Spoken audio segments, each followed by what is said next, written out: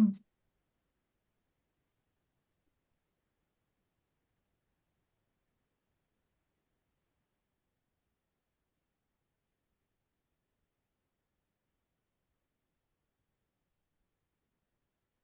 Baiklah, selamat siang. Assalamualaikum warahmatullahi wabarakatuh. Salam namo budaya, salam sejahtera untuk kita semuanya. Pertama-tama kami ucapkan terima kasih kepada Ibu Roisti Rahayu selaku dosen pengampu mata kuliah Cloud Computing. Terima kasih atas kesempatan yang diberikan kepada kami sehingga kami dapat mempresentasikan hasil dari makalah kami untuk memenuhi asesmen tengah semester Cloud Computing yang berjudul Optimalisasi Infrastruktur Teknologi Informasi Sekolah melalui pendekatan hibrid cloud dengan kajian teoritis dan implementatif. Next slide. Sebelumnya, perkenalkan, saya Tioda Seni Pakpahan dengan NPM 184220033 dan teman saya Radityo Ananto 184220033 dan rekan saya Siti Salwa Azahra dengan NPM 184220003. Baiklah, untuk agenda yang akan dipresentasikan pada eh, presentasi ini yaitu mulai dari pendahuluan, kemudian landasan teori, pembahasan, dan penutup. Slide selanjutnya. Baik, di sini saya akan menjelaskan latar belakang dari tulisan kami. Teknologi digital semakin berkembang seiring berjalannya waktu, sehingga adanya tantangan untuk mengejar implementasi teknologi yang dapat mempermudah pekerjaan manusia. Salah satu penerapan teknologi yang dapat digunakan untuk mempermudah pekerjaan adalah pengembangan infrastruktur teknologi informasi di sekolah. Salah satu pemicu percepatan penerapan teknologi informasi di sekolah adalah peristiwa COVID-19.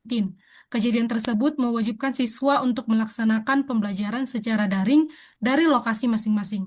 Berdasarkan hal tersebut, pihak sekolah melakukan penerapan teknologi informasi yang sebelumnya tidak dilakukan ketika pembelajaran luring di sekolah.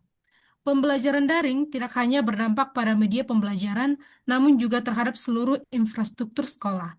Pengembangan infrastruktur teknologi informasi di sekolah tidak hanya menyediakan solusi untuk pembelajaran daring ketika masa karantina COVID-19, tetapi perlu optimalisasi untuk mempermudah pekerjaan guru, staf, dan siswa di sekolah. Salah satu cara untuk optimalisasi infrastruktur teknologi informasi di sekolah adalah melalui pendekatan hybrid cloud. Model pengenalan Model pengelolaan infrastruktur teknologi informasi yang hanya mengandalkan server lokal seringkali menimbulkan permasalahan seperti downtime, kurangnya skalabilitas, kemudian keterbatasan ruang penyimpanan, hingga lemahnya sistem pencadangan dan pemulihan bencana ataupun yang disebut dengan disaster recovery. Di sisi lain, pemanfaatan computing menawarkan peluang skalabilitas dan efisiensi biaya. Namun, penyimpanan data sepenuhnya di cloud juga menimbulkan risiko seperti privasi data siswa, kepatuhan regulasi, dan ketergantungan pada internet. Oleh sebab itu, hybrid cloud yang menggabungkan keunggulan infrastruktur lokal dan layanan cloud publik muncul sebagai salah satu pendekatan yang banyak diusulkan dalam penelitian dan praktik pendidikan. Beberapa literatur menunjukkan bahwa hybrid cloud mampu meningkatkan performa, elastisitas, dan keamanan sistem teknologi informasi sekolah karena memungkinkan data sensitif tetap disimpan secara lokal, sementara layanan yang membutuhkan skalabilitas tinggi dapat dipindahkan ke cloud. Berdasarkan permasalahan tersebut, penelitian ini berfokus pada kajian teoritis mengenai bagaimana hybrid cloud dapat digunakan untuk mengoptimalisasi infrastruktur di sekolah dan merangkum teori dan konsep dari referensi yang sudah ada. Baiklah, berdasarkan latar belakang yang telah disebutkan sebelumnya, maka rumusan masalah pada eh, penelitian ini adalah yang pertama, bagaimana pendekatan hybrid cloud dapat digunakan untuk mengoptimalisasi kinerja infrastruktur TI sekolah. Kemudian, bagaimana pendekatan hybrid cloud dapat digunakan untuk mengoptimalisasi keamanan infrastruktur TI sekolah. Dan yang ketiga adalah bagaimana pendekatan hybrid cloud dapat digunakan untuk mengoptimalisasi efisiensi infrastruktur TI sekolah. Selanjutnya, berdasarkan rumusan masalah yang telah disebutkan sebelumnya, maka tujuan dalam penelitian ini adalah yang pertama, untuk mengetahui pendekatan hybrid cloud untuk mengetahui pendekatan hybrid cloud untuk mengoptimalisasi kinerja infrastruktur TI sekolah. Kemudian yang kedua, untuk memahami pendekatan hybrid cloud yang digunakan untuk mengoptimalisasi keamanan infrastruktur TI sekolah. Dan yang ketiga, untuk mengetahui pendekatan hybrid cloud yang digunakan untuk mengoptimalisasi efisiensi infrastruktur TI di sekolah. Selanjutnya untuk landasan teori akan dipresentasikan oleh rekan saya Siti Salo Azhara. Baik, untuk landasan teori di sini ada beberapa aspek teori mengenai optimalisasi infrastruktur teknologi informasi sekolah melalui pendekatan hybrid cloud. Nah, yang pertama ini ada infrastruktur teknologi informasi sekolah. Nah, infrastruktur teknologi sekolah adalah semua sumber daya teknologi bersama yang berupa perangkat fisik atau hardware, lalu program atau software, dan layanan pendukung yang diorganisir untuk menyediakan platform bagi aplikasi sistem informasi dan mendukung seluruh proses pendidikan, administrasi, serta operasional di sekolah. Ada beberapa komponen infrastruktur teknologi informasi sekolah. Next slide. Ada beberapa komponen infrastruktur teknologi informasi sekolah. Yang pertama ada hardware. Nah, hardware ini adalah perangkat keras yang contohnya itu adalah komputer, PC, laptop, atau perangkat penyimpanan storage, printer, scanner, dan proyektor. Lalu jaringan atau network yaitu koneksi internet dan perangkat keras jaringan seperti router dan switch. Next slide.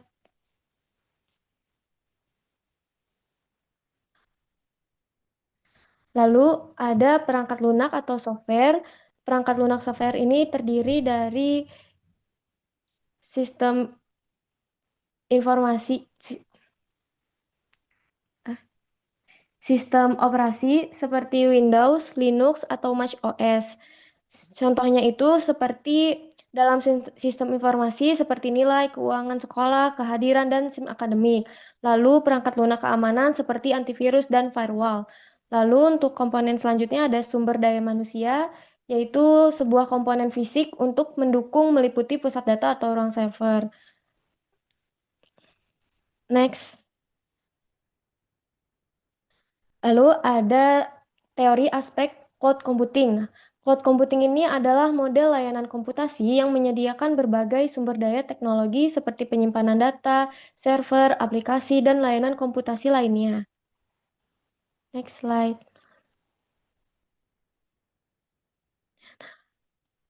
Peran cloud computing dalam pendidikan yang pertama ada penyimpanan data terpusat, contohnya pada nilai siswa bisa disimpan pada Google Drive atau data presensi guru dan siswa bisa tersimpan dalam Firebase atau AWS atau data arsip surat menyurat digital bisa disimpan di dalam Google Workspace.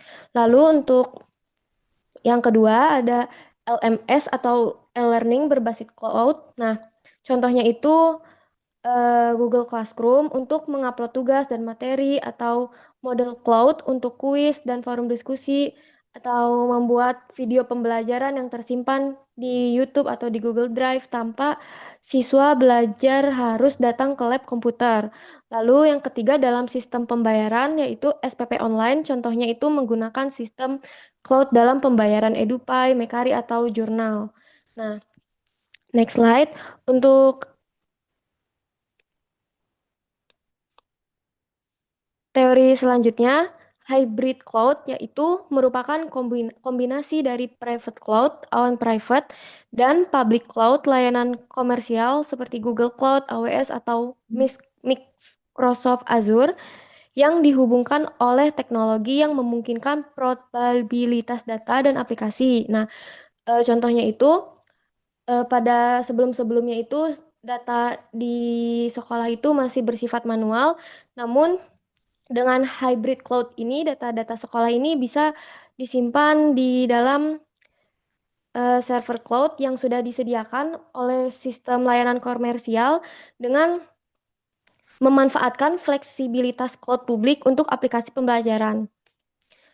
Next slide.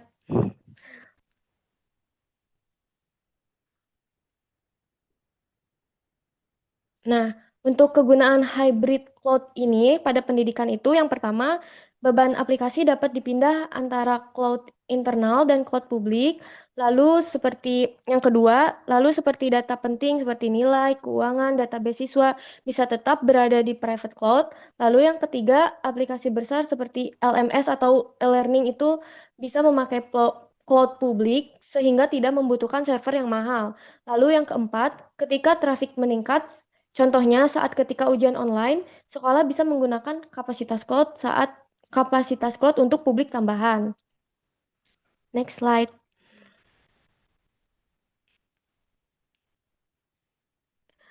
Lalu untuk aspek teori berikutnya, manajemen infrastruktur teknologi informasi. Nah, adalah serangkaian proses yang terstruktur dan berkelanjutan yang dirancang untuk merencanakan, mengimplementasikan, mengoperasikan, mengontrol, dan memelihara seluruh komponen infrastruktur teknologi pada sekolah. Next slide. Nah, untuk perannya sendiri, yang pertama ini menjamin ketersediaan sistem seperti e-learning, SIM sekolah, dan perangkat digital agar selalu siap digunakan. Lalu yang kedua, mengoptimalkan penggunaan sumber daya seperti hardware, software, jaringan sesuai kebutuhan dan anggaran sekolah. Lalu yang ketiga, menjaga keamanan data pendidikan melalui contohnya proteksi jaringan, backup, dan kontrol akses. Lalu yang keempat, mempermudah pengelolaan operasional seperti update sistem, monitoring, perangkat, dan pemeliharaan jaringan. Next slide. Lalu untuk aspek teori pada keamanan dan privasi data pendidikan, keamanan cloud server adalah upaya untuk melindungi data dan aplikasi yang disimpan di lingkungan cloud dari akses tidak sah, kebocoran, dan serangan siber. Nah, keamanan data pada perlindungan ini dilakukan melalui enkripsi data, autentikasi berlapis, kontrol akses berbasis peran, firewall, serta pemantauan aktivitas secara real time. Dengan keamanan yang baik, layanan cloud menjadi lebih andal, aman, dan mampu menjaga privasi pengguna. Next. Nah, untuk keamanan pada cloud server ini mempunyai fitur seperti enkripsi data, address, dan intrasit. Yang dimana pada intrasit, data dikirim dari perangkat ke cloud.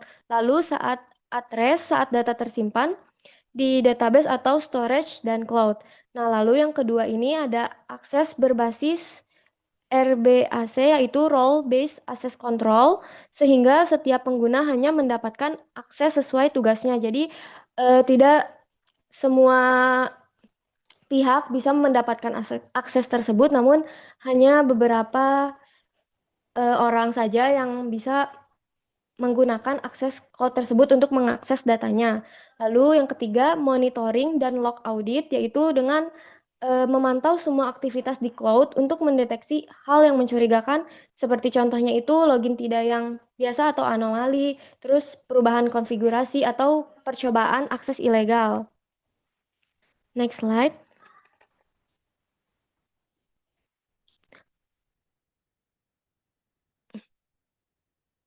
Lalu yang selanjutnya itu ada autentikasi dengan menggunakan multifaktor authentication. Nah, pengguna harus melalui lebih dari satu tahap verifikasi. Contohnya itu dengan dua sistem verifikasi. Yang pertama itu dengan password dan kode OTP.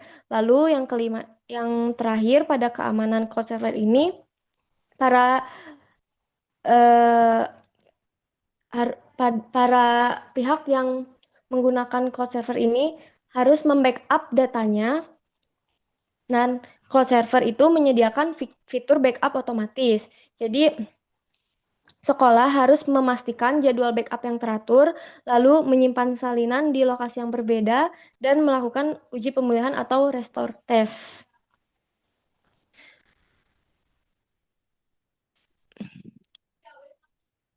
Baik, untuk pembahasan selanjutnya akan dibahas oleh rekan saya yaitu Radityo. Baik, saya akan menjelaskan apa yang sebelumnya para rekan-rekan saya sebelumnya sudah sampaikan. Di sini saya akan sampaikan lebih lanjut lagi seperti apa untuk implementasi hybrid cloud di sistem informasi di sekolah. Nah, yang pertama, dalam hal optimalisasi kinerja sistem, hybrid cloud ini memungkinkan pemanfaatan sumber daya lokal atau on-premise atau juga disebut on-prem dan cloud publik secara bersamaan. Nah, untuk sekolah, optimalisasi kinerja sistem ini tuh berarti yang pertama, aplikasi penting seperti sistem presensi, dosen, atau perpustakaan itu dan database akademik itu bisa disimpan pada server lokal agar akses cepat dan stabil. Selain memang untuk menjaga privasi data sekolah tersebut. Yang kedua, beban komputasi berat seperti untuk melakukan pelatihan model AI atau untuk analisis data siswa yang menggunakan model machine learning itu bisa dialihkan ke cloud publik atau misalkan menggunakan menyewa GPU dari Google Colab karena untuk melatih model machine learning atau deep learning itu sangat berat kalau misalkan dilakukan di lokal. Nah, jadi dengan kita melakukannya di cloud itu nanti akan mengurangi beban komputasi. Dan kemudian yang terakhir ada auto scaling yang memungkinkan kapasitasnya itu bertambah otomatis saat banyak pengguna. Misalnya ketika ujian online serentak. Nah, itu jadi auto scaling itu akan secara otomatis kapasitasnya bertambah dan ketika eh, penggunanya ini itu berkurang atau sistemnya sedang eh, tidak sesibuk biasanya, jadi kapasitasnya akan mengecil gitu. Sehingga menghindari sistem down. Nah, kemudian kalau dalam hal efisiensi biaya, hybrid cloud ini tuh sangat efektif bagi sekolah yang memiliki anggaran terbatas. Strategi efisiensi biayanya itu mencakup yang pertama menyimpan data yang jarang diakses ke dalam cloud storage murah atau archive storage. Yang kedua menggunakan pay as you go untuk layanan cloud publik yang biasanya hanya bayar saat kita menggunakan eh, layanan tertentu. Kemudian menjaga server lokal untuk data penting yang tidak membutuhkan elastisitas besar. Dan terakhir yaitu menghindari pembelian hardware besar setiap tahun. Kalau dalam hal peningkatan keamanan dan kepatuhan, nah sekolah ini memiliki data sensitif seperti data pribadi siswa dan nilai akademik seperti yang sebelumnya sudah disampaikan. Nah, jadi hybrid cloud itu tuh untuk meningkatkan keamanan dengan yang pertama enkripsi data end-to-end pada semua transfer data.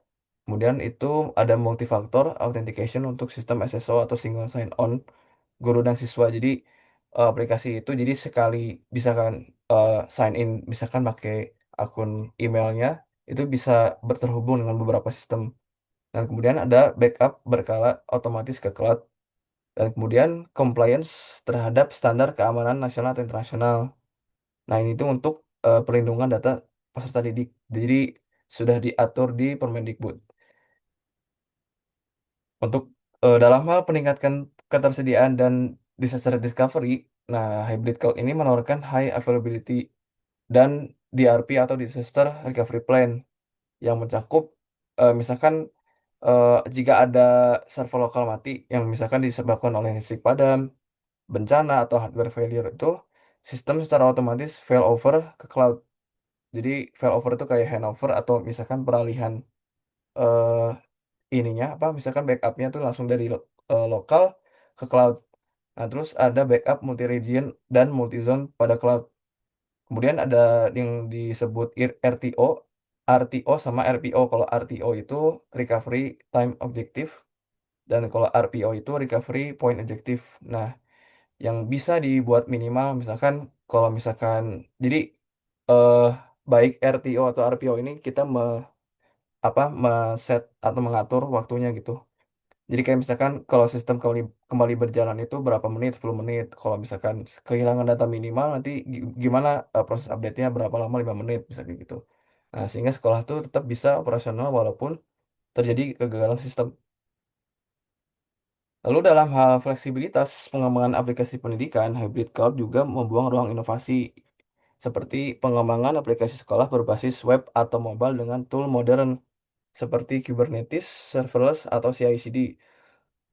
Lalu ada integrasi API ke layanan edukasi seperti AI Tutor, Plagiarism Checker, dan OCR untuk nilai ujian. Lalu ada lingkungan artificial intelligence atau machine learning untuk analitik presensi dan performa siswa. Dan yang terakhir yaitu sandbox learning platform untuk mata pelajaran informatika seperti DevOps Lab, Coding Lab, dan AI Lab.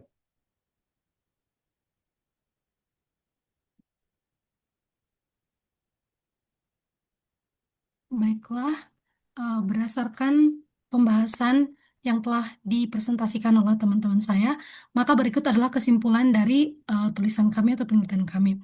Yang pertama adalah hybrid cloud mengoptimalisasi kinerja sistem di infrastruktur sekolah melalui penggunaan aplikasi penting untuk sistem presensi, perpustakaan, dan database akademik yang disimpan pada server lokal. Selain itu, menggunakan cloud publik untuk komputasi berat seperti pelatihan model AI dan atau analisis data siswa.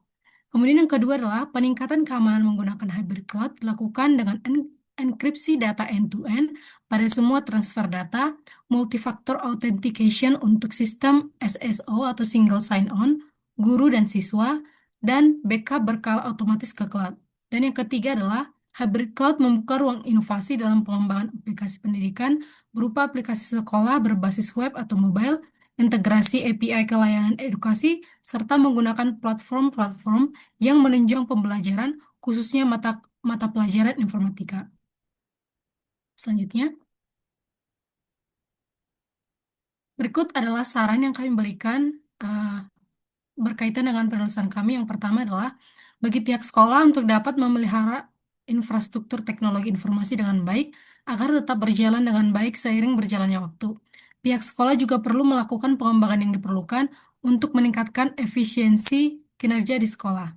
Yang kedua, bagi guru untuk dapat memahami penggunaan infrastruktur dengan baik dan mengikuti sosialisasi maupun pelatihan untuk bisa memaksimalkan penggunaan infrastruktur teknologi informasi sekolah dengan baik. Yang ketiga, bagi peneliti selanjutnya, untuk membuat rancangan infrastruktur teknologi informasi sekolah atau yang berkaitan dengan topik tersebut sesuai dengan masalah yang dihadapi saat ini. Perlu dilakukan observasi untuk menyelesaikan masalah yang lebih mendesak. Baiklah, sekian dari presentasi dari kelompok kami.